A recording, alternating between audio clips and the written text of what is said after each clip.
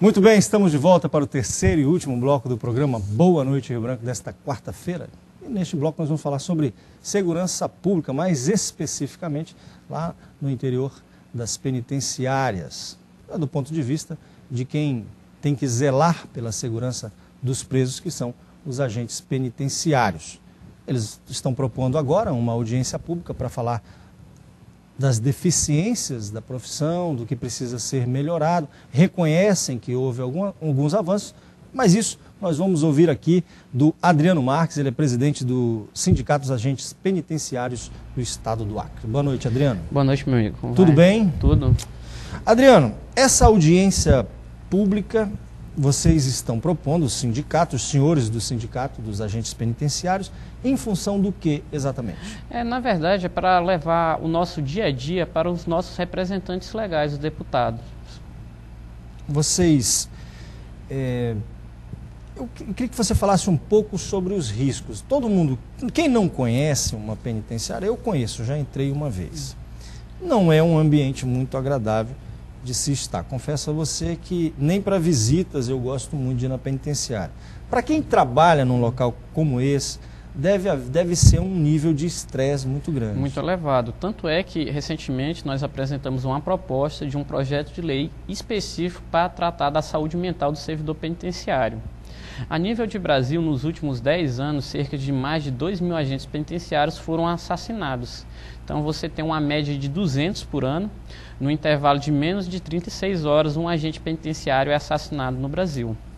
São 2.000 agentes penitenciários assassinados nos últimos 10 anos. 10 anos. Dá 200 homicídios, mais ou menos, por ano. Essa é a média. Uma média muito elevada. A Organização Internacional do Trabalho, ela classifica a nossa profissão como a segunda mais perigosa do mundo. Quem está falando isso aí é a OIT. Mas baseado nos presídios, também nos presídios, eu suponho, lá dos Estados Unidos, da Europa, que tem uma realidade completamente diferente da nossa. Com certeza, lá você tem uma logística melhor, tudo, equipamentos de proteção e segurança. Só para você ter ideia, até hoje uma reivindicação antiga nossa é um sistema de monitoramento de vídeo. Por quê? Existem situações em que geram dúvidas e até mesmo a imaginação da sociedade sobre o caso MacGyver, caso Martiniano, que poderiam ser resolvidos de uma forma muito mais fácil, existindo esse monitoramento de vídeo. Por quê? Seria uma autoproteção para o preso, para o servidor e para o familiar do preso. Seria bom esclarecer aos telespectadores os casos MacGyver e Martiniano, para quem não lembra desses casos. O caso MacGyver foi um cidadão em tese acusado de ter violentado e resultado na morte de uma criança de 2 anos. Ele foi condenado, né? Ele não chegou a ser condenado. Ele foi preso inicialmente e depois cometeu suicídio. Só que o que acontece? Aí fica algumas pessoas, a família pensa, foram os agentes que mataram, foram os próprios presos, aquela lei do cão antiga da cadeia. Então, para não se deixar dúvida em situações como essa, um sistema de vídeo mostraria realmente o que aconteceu. Correto. Concordo. E o que falta para se conseguir um monitoramento? Falta planejamento, porque tudo no sistema penitenciário, assim, não só a nível de Acre, mas a nível de Brasil, exceto os presídios federais, eles, assim, o gestor público se questiona muito. Eu vou gastar 10 milhões para criar lá o Big Brother do sistema penitenciário. Poxa, lá vai gravar uma cela que era para ter 2 e tem 10 presos. Algum mecanismo de direitos humanos internacional pega uma fita dessa e vai me representar? E além do mais, o gasto é grande. Poxa, eu vou construir escola, eu vou comprar isso de viatura para colocar na rua. Então, é um debate complexo, mas são investimentos que devem ser feitos no sistema penitenciário. A maioria dos presos, a estatística que eu vi há algum tempo, a maioria dos presos que estão aqui, pelo menos na Francisco de Oliveira Conde, é de jovens. No Brasil inteiro é de jovens. Mas aqui a faixa etária é de quantos anos? Olha, aí varia. É em torno de 23 a 30 anos. A média, 23 a 30. Que tipo de crimes essas pessoas cometeram? O tráfico de drogas. É o mais recorrente. E o roubo. Você falou, Adriano, no começo, de um estudo sobre a situação mental a sanidade mental dos agentes, é isso mesmo? O que acontece? Como o ambiente penitenciário ele é muito insalubre, tem toda uma carga negativa no português, claro. Então, para evitar esses problemas de transtornos com os servidores, a gente sempre tem que trabalhar com a prevenção e não esperar o problema explodir. Então, nós fizemos uma apresentação de um projeto de lei específico para a saúde mental do servidor penitenciário. Entendeu? E o que trata esse? Porque o que acontece com essa absorção da carga negativa, o servidor ele vai incorporando algo que ele não tinha quando entrou no sistema penitenciário. Então, isso pode evitar o quê? Essa prevenção. Na verdade, são análises, passar por baterias de exames, consulta com psicólogos, psiquiatras, para o quê? O servidor está com um problema, porque nem sempre ele quer acreditar que ele está com um problema. Se você for falar com ele, ele talvez ache até ruim, ele não quer dividir aquilo nem com a família dele. Então, já tendo uma legislação específica para fazer análises periódicas, o profissional da área, o psiquiatra, psicólogo, ele vai ter um diagnóstico que aquele colega ali ele não está podendo exercer a função dele, que ele tem que ser afastado e tem que fazer um tratamento. Que tipo de problemas tem um agente penitenciário que está há muito tempo atuando? Exemplo, eu sou um dos agentes penitenciários, assim, contando o meu tempo de policial militar, que eu já trabalhava nos presídios, eu estou há mais de 10 anos. Só batendo cadeado, eu fiquei mais de 7 anos e 4 meses. Você vai apresentar... Bater cadeado é trancar o preso? A atividade em si, que é a carceragem, a finalidade. Certo. O que acontece? Você vai ter problemas de perca de sono, úlcera, esses problemas gastrointestinais, de origem pressões. Emocional, né? Justamente. Então, essa prevenção é para evitar o quê? Que às vezes o servidor com esse problema, ele pode tentar descarregar em alguém. Entendi. No familiar, num colega. O caso de tentativa até de suicídio já temos registrados. Então tem que ter esse acompanhamento. E o Estado, ele tem que prover isso, porque quando um servidor entrou no órgão, ele não tinha esse problema.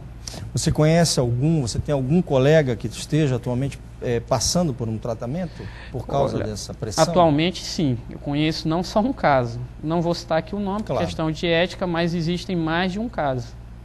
E que tipo de problema essas pessoas estão tendo? Depressão, a síndrome do pânico. E teve um colega nosso que ele teve um problema, não foi bem um AVC, o termo técnico eu não me lembro, mas ele ficou já com uma sequela, ele está afastado há mais de 1 ano e meio, o sindicato conseguiu assegurar remuneração integral para ele, inclusive os reajustes salariais, ele não foi prejudicado em nada. Porque um problema de saúde não é o caso de um servidor golpista. Em raras exceções, talvez vai ter alguém que, por má índole, talvez consiga um atestado e aplique, mas em regra todos são bons. Até porque para se chegar a ter uma dispensa... Então tem todo um trabalho, uma junta médica. Exatamente, passa por uma série de... um processo muito demorado e eu acho que é muito difícil... ludibriar os profissionais da saúde nesse caso. O sujeito tem que estar com um problema muito sério mesmo para se aposentar. A que tipo de riscos estão sujeitos os agentes penitenciários, Adriano? Olha, o que acontece? Em virtude da falta de efetivo, o baixo efetivo, eu reconheço que recentemente o governo ele contratou 138 agentes penitenciários, amenizou um pouco o problema. Só que, nós vamos todos em estatísticas, nós temos a maior população carcerária do Brasil, segundo o Ministério da Justiça. É um dado que nenhum Estado quer ter. Então, hoje, em virtude dessa falta de efetivo, você tem pavilhões com 2 agentes para tomar conta de 250 presos. Então, é uma desproporcionalidade muito grande. Faltam equipamentos de proteção e segurança, tais como colete, capacete, armamento menos letal, que uma reivindicação nossa é o quê? Internamente, restringir o uso da arma de fogo e usar o armamento menos letal. Na muralha e escoltas, armamento de fogo. E também uma reivindicação nossa é o acautelamento de armas, cautelar a arma para o servidor. Exemplo, eu hoje tenho minha arma, mas é uma arma de propriedade particular. Só que nem todo agente penitenciário ele tem condições de comprar. Eu sou solteiro, ainda hoje moro com meus pais, então tem colegas que ele sustenta 3, 4 filhos, paga aluguel. Então, com esse convênio... Quanto custa uma arma hoje? Em torno de R$ 2.500 a R$ 3.000, uma arma legalizada. Já no mercado negro tem uma inversão, ela é mais barata. O cidadão de bem, que é todo sujeito a uma legislação, capacidade técnica, aptidão psicológica, nada consta, se comprovar a extrema necessidade, ele vai pagar esse valor que é relativamente alto. Agora, já um criminoso, simplesmente ele compra aí uma arma ilegal, muito mais barata, para cometer crimes. Mas então, a que perigos estão sujeitos os agentes? Então, a retaliação, porque a Polícia Militar, ela só faz aquela abordagem inicial. Transfere para a Polícia Civil a investigação, mas quem guarda realmente são os agentes penitenciários, quem convive ali. Nós estamos num estado pequeno, quem não é vizinho é parente. Recentemente, um colega nosso ele foi vítima de tentativa de homicídio na casa dele. Mas em função do trabalho? Do trabalho. Nós, há cerca de 2 anos atrás, nós tivemos um colega que foi assassinado aqui na Avenida Ceará, eu lembro desse caso, em plena luz do dia. Para se ter ideia, ele foi assassinado no domingo, na sexta-feira ele tinha mandado fazer as alianças da noiva dele. Tem uma revista que nós estamos elaborando aí, ela vai ter em média 88 páginas, relatando essas 2.000 mortes e também o caso do Rony, que naquele momento, se ele tivesse com a arma particular ou institucional ou com um colete, hoje ele poderia estar vivo aqui. É verdade.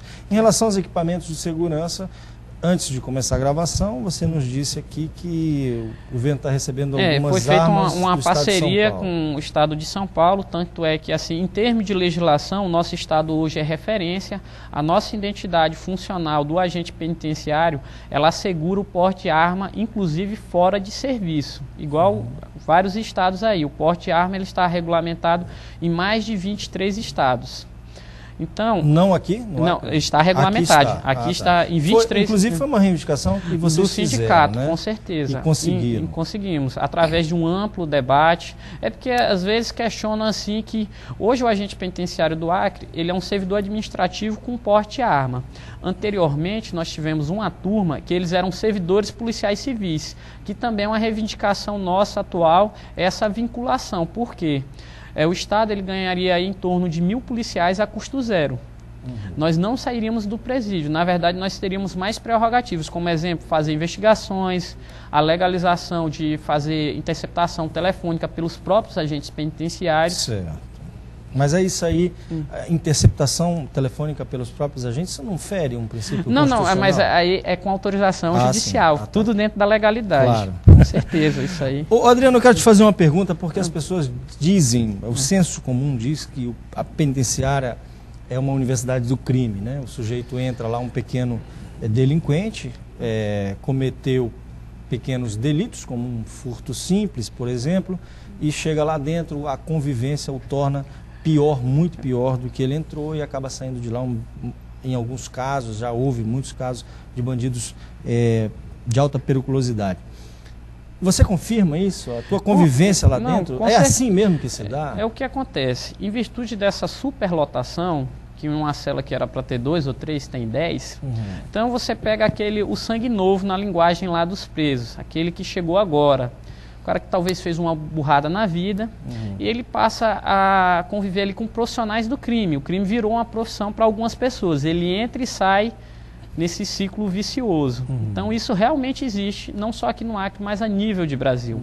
A lei de execuções penais, ela é uma lei assim, muito bonita, só que ela tem que ser atualizada.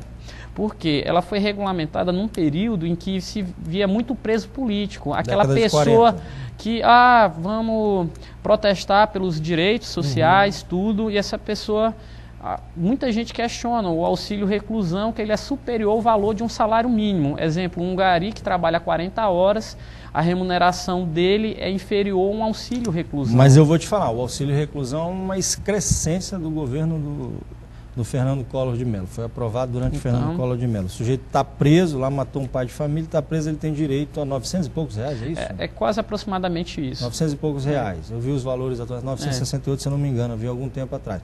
O pai de família, a família do que morreu, da vítima, não tem direito a nada. Então são essas aberrações da nossa legislação que precisam de fato passar por uma reformulação urgente mesmo. A minha pergunta, complementando a primeira, é o seguinte: eu tenho recebido aqui algumas pessoas, inclusive até alguns juízes, e um deles me disse que é a favor de que se faça de que seja mais, as autoridades do judiciário sejam mais criteriosas no envio, como eu disse, de pequenos delinquentes à penitenciária para se evitar esse tipo de coisa. Você concorda com esse ponto de vista?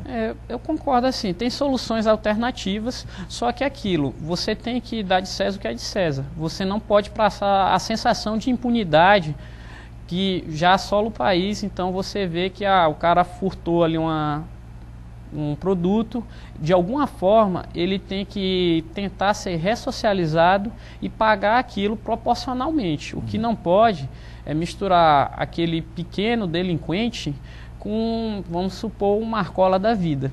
É claro. Se não sai de lá, né? Então, ali ele está fazendo o pós-doutorado no crime, é verdade. Adriano, você tem quantos anos? Hoje eu estou com 30 anos. 30 anos. Não, é porque eu queria esclarecer, porque eu chamei de você, né? Não, um amigo meu observou outro dia, disse, rapaz, você tratou, Arquibaldo, você tratou 2 pessoas anteriormente no teu programa de senhor e tratou o fulano de você. Eu digo, mas é porque ele é mais novo do que eu. Então, você, Adriano, eu tratei os anteriores como senhores, né? Porque são mais velhos. Pode ficar tranquilo, isso é da minha formação, os mais velhos são sempre senhores e gente da minha idade, assim, 30 anos, é tudo você mesmo. Adriano, muitíssimo obrigado pela sua vinda. Eu que agradeço, meu amigo. E tão logo seja realizado esse debate da audiência pública, nós convidamos toda a imprensa do Acre para comparecer. Ok. E você volta aqui para nos dizer o que conseguiram colher dessa iniciativa. Okay? Muito obrigado. Muito obrigado. Agradeço você também que está nos assistindo, que nos acompanha aqui das terças às quintas-feiras. Eu lembro que agora um pouco mais cedo, a partir das 7 horas, 7h15 da noite, no máximo, Boa Noite Rio Branco, de terças, quartas e quintas-feiras. Às sextas nós temos o programa Tribuna Livre também, neste horário, agora com horário de verão, só que neste sábado, excepcionalmente, o programa não será, nesta sexta, perdão, excepcionalmente o programa não será apresentado em função da exibição do Teleton do SBT. Portanto, nessa sexta nós não teremos o debate do programa Tribuna Livre. Estamos fechando o programa de hoje, agradeço mais uma vez a sua audiência e até amanhã, se Deus permitir, eu conto com a sua audiência até lá.